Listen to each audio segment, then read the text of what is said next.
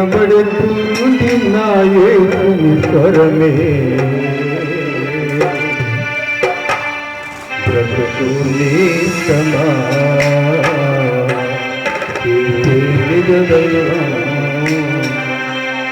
ప్రభు మన రక్షణ ప్రభు మన రక్షణ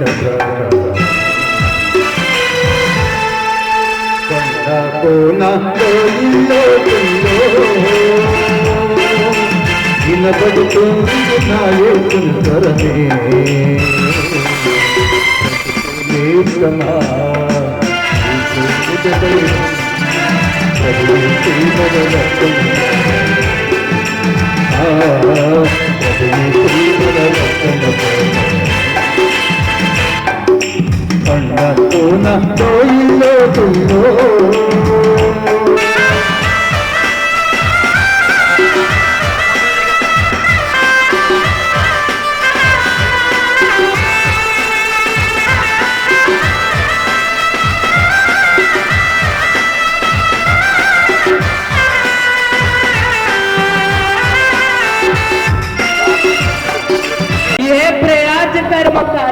బాబు నాయన ఈ మీటింగ్ ద్వారా ప్రభా నీ కుమారుడు ఆశపడు ప్రభా ఈ మీటింగ్ అనంతర వరకు తోడయి ఉండే ప్రభువా నాయన ఈ సభల ప్రభా ఘనంగా జరగడానికి నీ కృప చూపించమని అడుగుతున్నాను ప్రభా పరిశుద్ధాత్మడని ఆత్మీయంగా ప్రభావంతో ఈ స్థలమంతా నిండిపోండి ఇక్కడికి వచ్చిన ప్రతి ఒక్క బిడ్డని మీరు దర్శించండి ఈ గ్రామ బిడ్డలను మీరు దీవించి ఆశీర్వదించండి ప్రభా త్వరపడి మీరు తోడికి రండి ఈ సభల్లో ప్రతి ఒక్క బిడ్డ పాలు పంచుకునడానికి నువ్వు ఇచ్చే దీవెన ఆశీర్వాదం పొందుకునడానికి నీ కృప చూపించండి ప్రభా పరిశుద్ధాత్మడ నాయన ఈ గ్రామాన్ని ప్రేమించి నాయన ఈ స్థలాన్ని నాయన నువ్వు ఎన్నిక చేసినందుకు దేవా మరొక్కసారి నీకు కృతజ్ఞత స్తుతులు చెల్లిస్తున్నాను తండ్రి నాయన ఆర్కృష్ణ వారిని నాయన సావుకుడినే ప్రభా ఆయా బిడ్డలు చేస్తున్న పరిచర్యను కూడా మీరు దీవించి ఆశీర్వదించండి తండ్రి నాయన ఒక్క ఆత్మనైనను రక్షింపబడటానికి నీ కృప చూపించండి తండ్రి ఆయా బిడ్డలు నేను తెలియని బిడ్డలు ఉన్నారయ్యా నువ్వు నిజమైన దేవుడి వల్ల తెలుసుకునడానికి నీ కృప చూపించండి ఈ ప్రార్థన ఆరంభం నుండి అనంతర వరకు వేడుకోవా నీ దోస్తులు ఎంతంటే ఖర్చు పెట్టి పెడుతున్నారు అంతకు నూరంతల పరమను దయచేయండి తండ్రి అయ్యా నాయన నా పేరిట గ్లాసుడు నేను ఇచ్చిన వారు తన ఫలం పోగొట్టుకున్నారని లేఖనాల ద్వారా సెలవిస్తున్నా ఏ ఆశతో నీ దోస్తులు పెడుతున్నారు ఈ ఆశను మీరు నెరవేర్చిన మందిరముల ప్రభు ఇంకా బలమైన ఆత్మతో ప్రభువ అనేక గ్రామాల్లో పల్లెల్లో పట్టణాల్లో ప్రభు నీ రాజ్య సువార్తను ప్రకటించడానికి కూడా మీటింగులు ఎన్నో మీటింగులు పెట్టడానికి కూడా నీ కృప చూపించమని శాసని నీ చేతులకి ప్రభువ మాకు ఇచ్చిన సంఘాన్ని సంఘ విడలని అందరినీ అప్పగించు యేసుక్రీస్తు అధికారగిలి నామములో ప్రార్థన చేసి అడివేడించున్నాను పరమ తండ్రి ఆమేన్.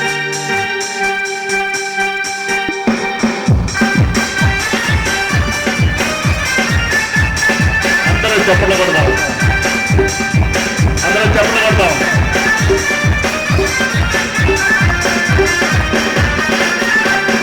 హల్లెలూయా స్తుతి మహిమ ఎల్లప్పుడూ దేవునికి చెదము హల్లెలూయా స్తుతి మహిమ ఎల్లప్పుడూ దేవునికి చెదము హల్లెలూయా హల్లెలూయా స్తుతి మహిమ ఎల్లప్పుడూ దేవునికి చెదము హల్లెలూయా స్తుతి మహిమ ఎల్లప్పుడూ దేవునికి చెదము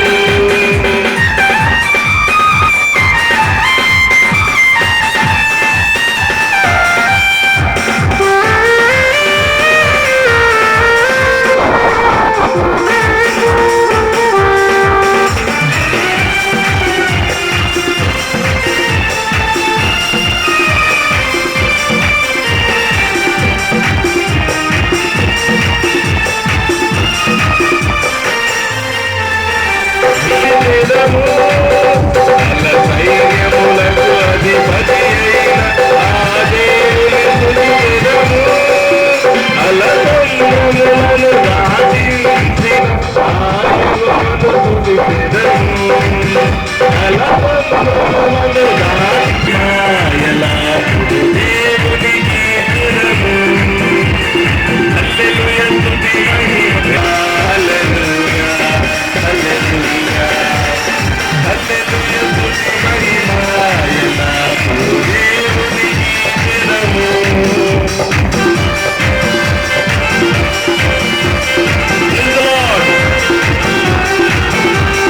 పరిశుద్ధాత్మ దిగిరండి. అయ్యా ముందు గ్రామస్తుల ప్రజలందరికీ నాయన మీ సువార్త పడించయ్యా.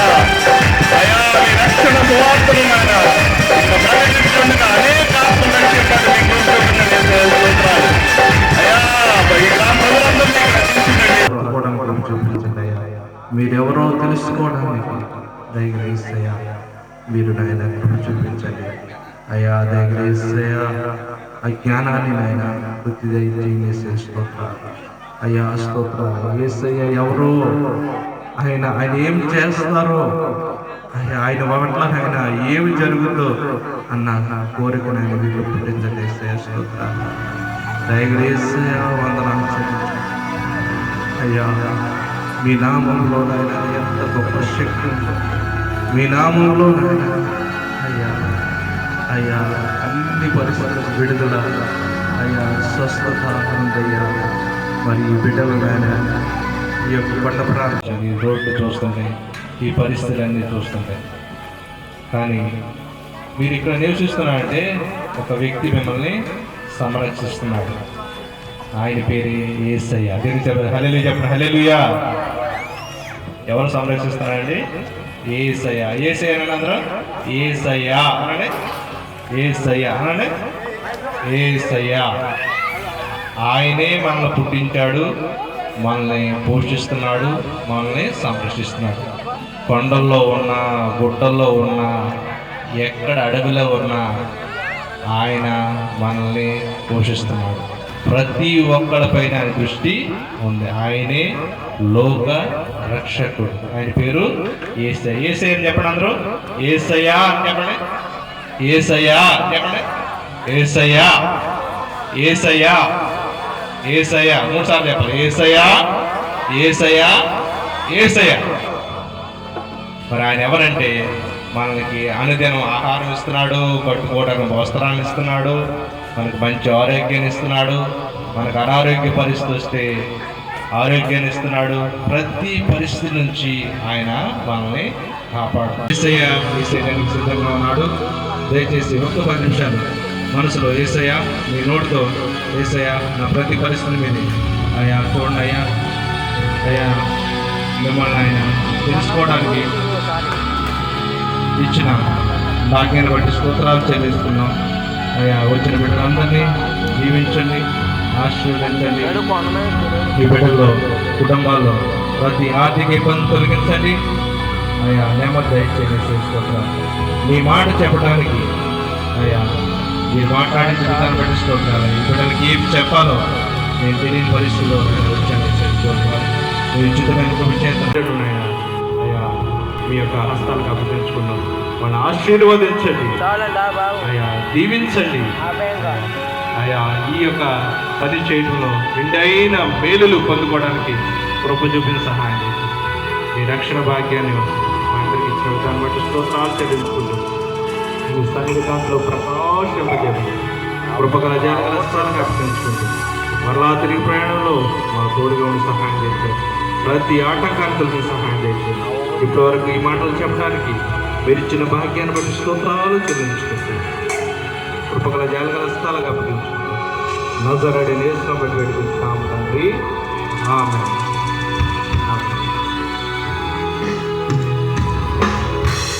అమ్మ మీ అందరికి వందనాలండి. అమ్మ వందనాలు అందరికీ. అమ్మ వందనాలు.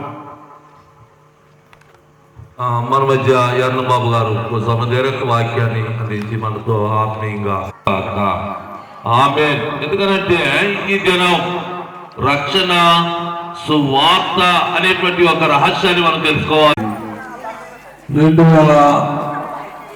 4, 2003, 2005, 6 సంవత్సరాల్లో నేను పత్రికలు ఇచ్చేవాడిని. అప్పుడు ఈ బిల్డింగులన్నీ ఉండే కాదు.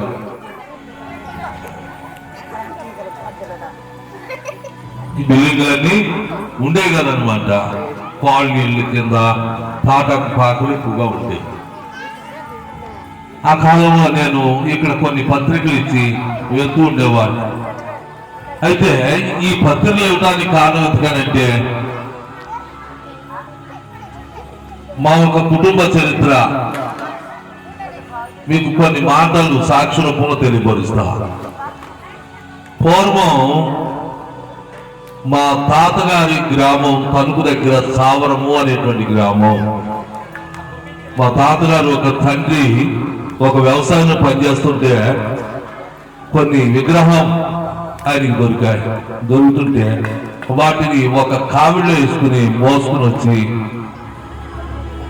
వారి గ్రామం సమీపంగా దగ్గరకు వచ్చేసరికి బరువై ఒక చోట తిప్పాడట.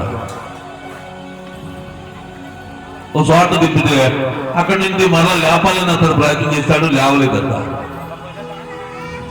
అక్కడ ఒక దేవత, ఆ విగ్రహాన్ని బట్టి ఒక దేవత గుడి కట్టడం జరిగింది. అప్పటి నుండి మా కుటుంబపు పుట్టింటి దేవతను ఆరాధించేవారు. అక్కడ గ్రామంలో మా పితరులు అక్కడ ఒక పుట్టింటి దేవతగా వాడేవారు. ఎందుకంటే ఏ విధంగానంటే అక్కడ మొదట మా గొర్రెపోతు అక్కడ జాతర చేస్తే మా గొర్రెపోతుని అక్కడ తెగ నరికేవారు, బలిచ్చేవారు.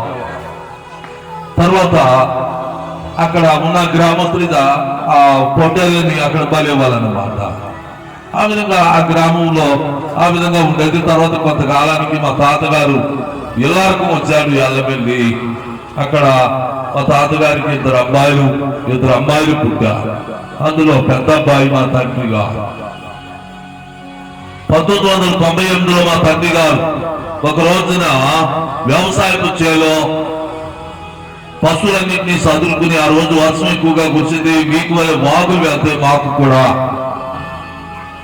కాళ్ళు చేతులు కడుకుంటున్నాడు. పని అంతా ముగించుకున్నాడు. సాయంత్రం 5 అయిపోతుంది, 6 అయిపోతుంది.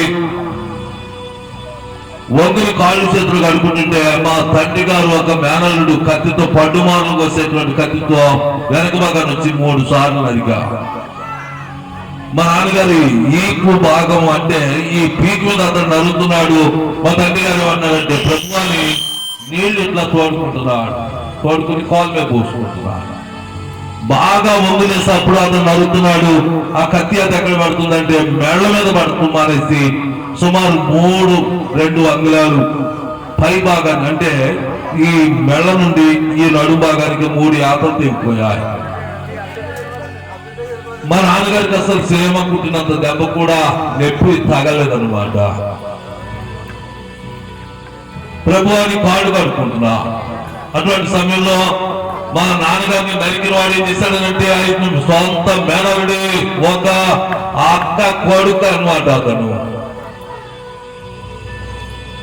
చచ్చిపోయాడు అని చెప్పి తిట్టుకుంటా కత్తి దూరంగా పాడేసేసి వెళ్ళిపోతున్నాడట. ఏంట్రా చచ్చిపోయాడు అంటున్నావు, కత్తి పాడేస్తావు, నన్ను నరికవా అని మాట్లాడి అతని శరీరం చూసుకుంటే ఇటువైపున ఇదంతా రక్తం కారుతూ ఉంది. అటువంటి సమయంలో మా తండ్రి గారు ఇంకా బతుకున్నామని చెప్పి వాడు ఏం చేశాడంటే గడ్డి మేటిని జారేస్తున్న కర్రను తెచ్చి నెత్తికి అడ్డంగా పెట్టి కర్రతో కొట్టబోయాడు. మా తండ్రి గారికి ఈ గాయం అయిపోవటం వల్ల అతనికి ఏం జరుగుతుందో తెలియలేదు. మా తండ్రి గారు 2 చేతులు ఇట్లా పైకెట్టేసరికి అతని కర్రను నెత్తిగడ్డగా కొట్టిన కర్ర మా తండ్రి గారు చేతిలోకి వచ్చింది. ఇట్లా పట్టుకుని ఉండగానే వాడి నేను చస్తున్నానని మా నాన్నగారు కాళ్ళలోనికి పడిపోయాడట. అటువంటి సందర్భంలో మా తండ్రి గారు నువ్వు చనిపోవడం ఎత్తుకున్నావు, నన్ను నరికేవు కదా, నేనే చనిపోతా, వెళ్ళిపో అన్న తర్వాత వాడు లేచి వెళ్ళిపోయా. తర్వాత మా తండ్రి గారు ఒక వాగు దాటి రావాలి, వాగు నీరు కూడా గాయంలోకి వెళ్ళిపోయాయి. ఆ గాయం చూసిన వారు ఒకళ్ళిద్దరు కళ్ళు తిరిగి పడిపోయారు. ఆ గాయం ఎవరు చూసినా సుమారు 70 కుట్లు పడిని. ఈ చివరి నుంచి ఈ చివరికి 2 వరుసలుగా ఈ కుట్లు పడిని. అటువంటిది మా తండ్రి గారిని ఆసుపత్రికి ఎక్కడ తీసుకెళ్ళినా మీ తండ్రి గారు ఉంటే మంచం మీదనే ఉండాలి, లేకుంటే చనిపోవాలి. ఎలా బతుకుతున్నాడో మాకు అర్థం కావట్లేదు. మీ తండ్రి గారు వైద్యం చేసినా బ్రతుకుతాడని గ్యారంటీ లేదు. అటువంటి సందర్భంలో మా తండ్రి గారు మళ్ళీ ఇట్లా ఊపుతూ ఉండేవాడు, బాధతో ఉండేవాడు. రోజు వైద్యం జరుగుతూ ఉండేది. ఎక్కడికి వెళ్ళినా ఎన్ని మందులు వాడినా ఆయనకి ఆరోగ్యం లేదు. ప్రభువా అంటే మా తండ్రి గారు బ్రతికాడు కనుక మేము చర్చికి వెళ్తే బాగుంటుందని చెప్పి మేము చర్చికి కూడా కాదు, ఇతరులు మాకు మళ్ళీ ఈ గ్రామం సువార్త ఏ విధంగా ప్రకటించడానికి వచ్చారు. అటువంటి ప్రార్థన చేసే వారితో మా తండ్రి గారికి ప్రార్థన చేస్తే ఆరోగ్యం కావటం ప్రారంభమైంది. మేము ఉపవాస ప్రార్థనలు మా ఇంట్లో జరపడం జరిగింది. ఆ సువార్తకులు వచ్చిన వారు మా ఇంట్లో ఉపవాస ప్రార్థనలు పెడుతున్నారు. 7 వారాలు ఉపవాస ప్రార్థనలు పెట్టేసరికి మా తండ్రి గారికి కొంచెం స్వస్థత కలిగింది. స్వస్థతకి వెళ్తే ఇంకా స్వస్థత కలుగుతుందేమో అని మరొక సన్నిధికి స్వస్థతకి కొరకు ప్రార్థనకు వెళ్తే మేము రోజు ఒక సిటీ బస్సుని 2 రెక్కలు పట్టుకుని ఎక్కించేవాళ్ళం. 3వ వారం వచ్చేసరికి మా నాన్నగారికి బస్సు లేట్ అయింది. అంటే మా నాన్నగారే బస్సుకి లేట్ అయ్యా, బస్సు వెళ్ళిపోతుంది. అప్పుడు మా నాన్నగారి చేతిలో ఒక టిఫిన్ క్యారేజీ పెట్టుకుని ఒక చిన్న సంచి తైలం గుడ్డి ఆయనకి టిఫిన్ ఒక వాటర్ బాటిల్ పెట్టుకుని పరుగులు వెళ్ళి బస్సు ఎక్కా.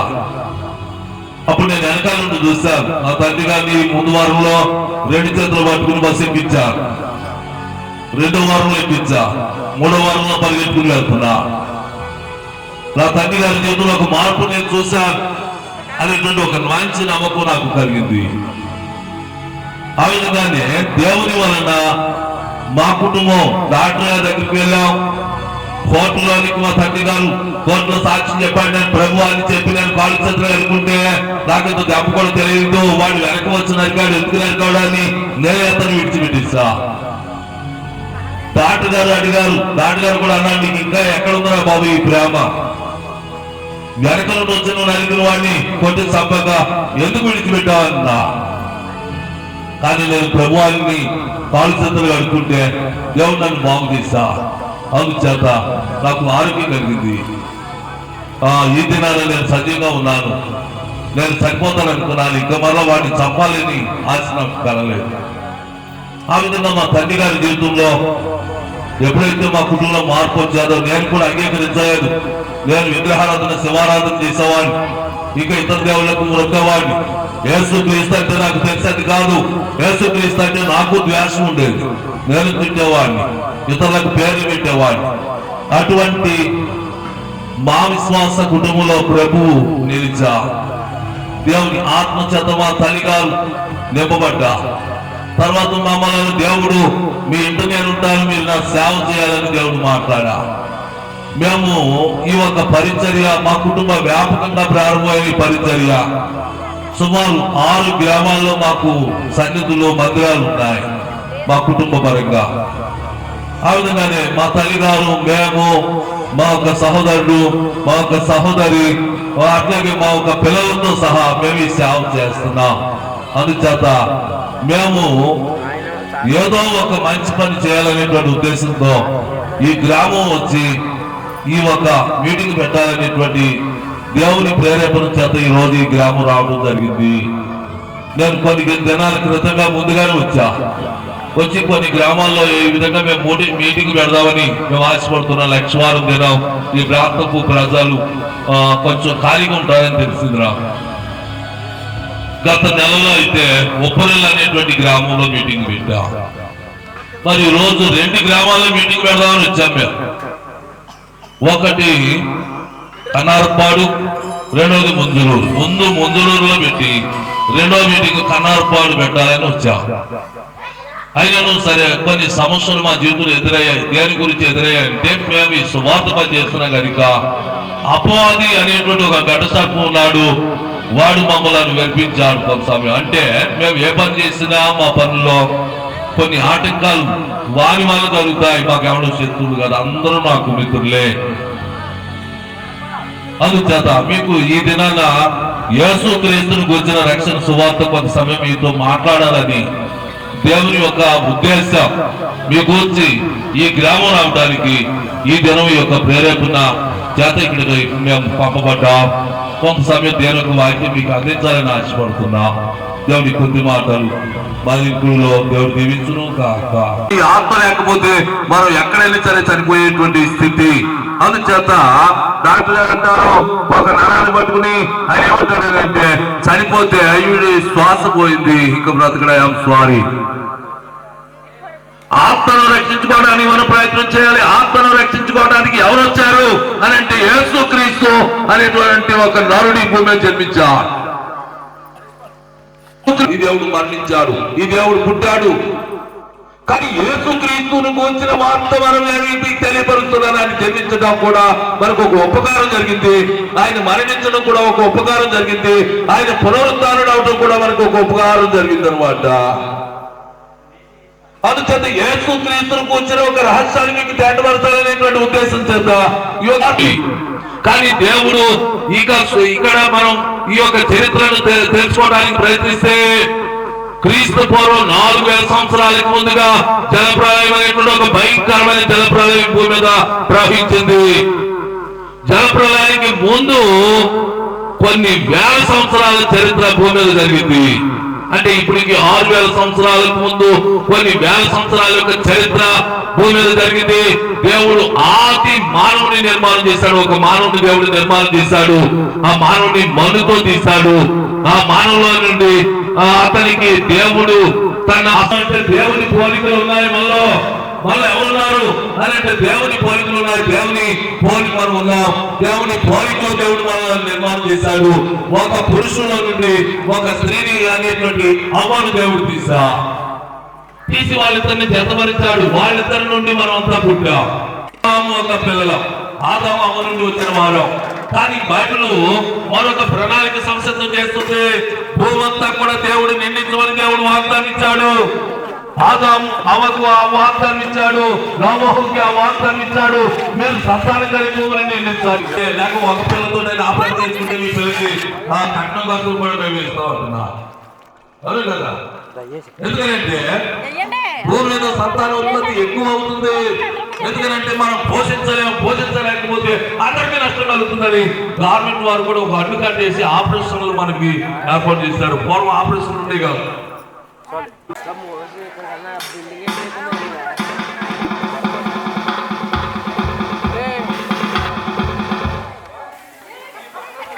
లోపలికి వెళ్తాం మొత్తమా ఫుల్ క్లాస్ వస్తుంది. అది ఇప్పుడే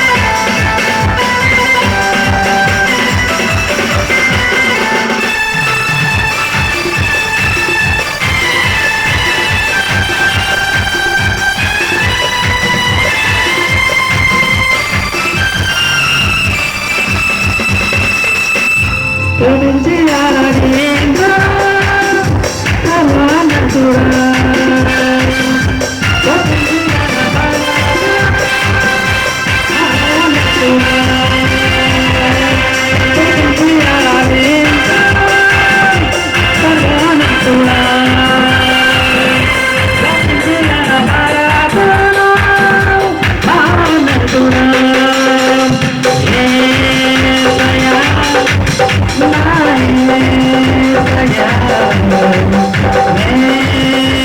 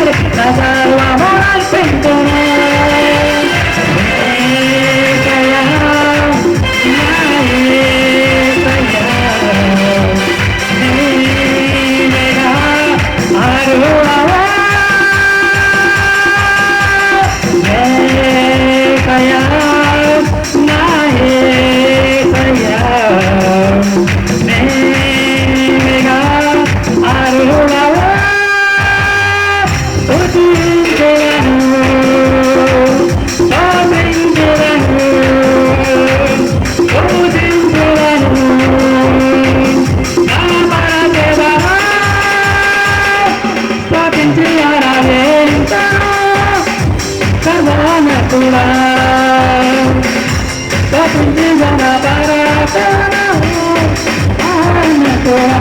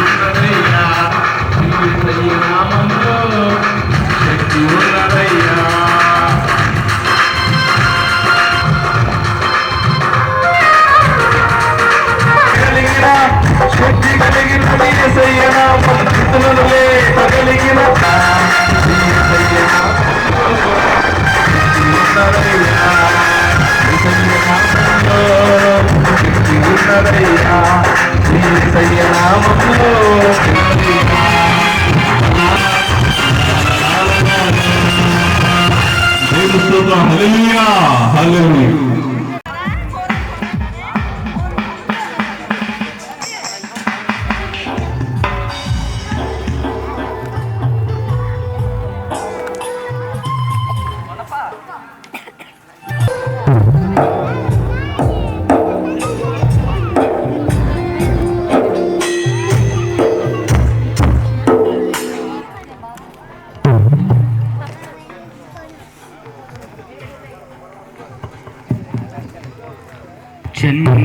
చంద్రునిలాంటి